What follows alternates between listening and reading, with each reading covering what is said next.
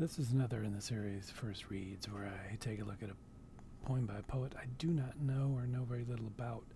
The poet I'm going to read today, I know nothing about, but I'm very curious about. So this is a translation of this magazine. The URL is here for you. It has a series right now. Translations are just really amazingly good, and you get to give you a look from all around the world: Polish, Italian, Spanish, all over the place. This one is Korean.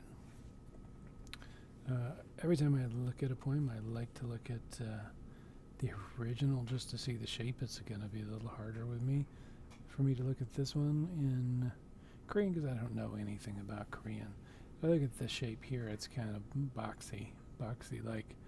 And the great thing about this journal is a lot of times they'll have the original poet reading it, but sometimes they'll just have the original Korean. So I'm going to look at it on the page here, which is this one on the page. And it's kind of boxy, not quite as boxy in Korean as it is in English.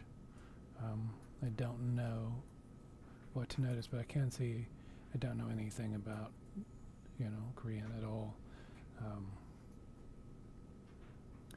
Similar repeating things at the beginning of the first lines. That actually is happening here in English. I don't know if this is just playing off that. So anyway, this one. This is by a poet, Yi Won. I hope I did not destroy her name here, Yi Won. There is a translator's note. You can see the translators here, E.J. Ko and Marcy Calabretta Canciobello. You can read about them if you want to. A Bright Room. I picked this one just kind of randomly. I don't really have much to say. One thing about the first readings, I just read them for the sheer joy of reading poetry, so I might be completely off.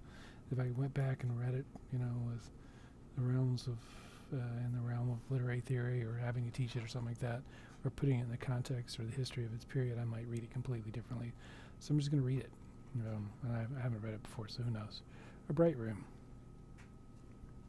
In the mirror. So I can see in the mirror repeating multiple times on here, and piles up, pile up, piling up. Repeat. So there's a lot of repeating sections here. In the mirror, the sound of rusted whistles piles up. So we're having that mix of senses here. The mirror, which you usually expect to see some visual, reflection, here has the sound piling up into the mirror, bent roads from everywhere that pile. So these things are piling up in the mirror, which is not what you expect. So already our idea of what, the straight up narrative idea of this is gone. Camel hoof prints hauling loads. These things are piling up in the mirror. I'm not sure what to do with that.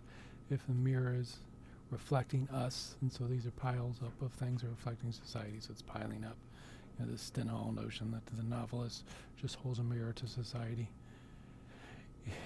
This is what the poet's doing here. In the mirror, windows I've never seen pile up.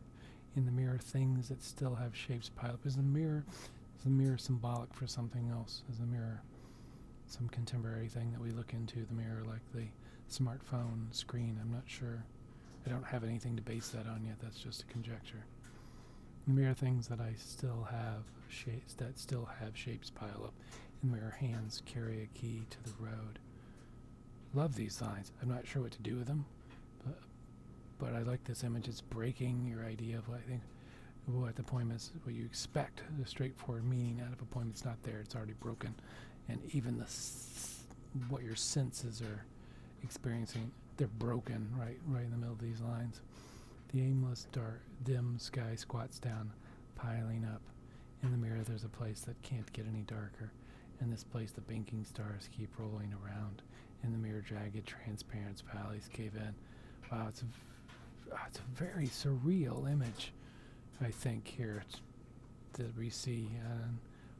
Screw the smartphone thing. I don't think that's there. I think it's probably more, a mix of images of this mirror. I love this mirror. Jagged, transparent valleys cave in. In the end, like the mirror is this container where things pile up. and pile up, and things are caving in and getting darker. And we're in this place that's a bright room, or at least that's what we're told. Bright room is the title, right? And all these things are, the sky is squatting down. They're things that I've never seen, we're told. Still have shapes piling up. Really interesting images here.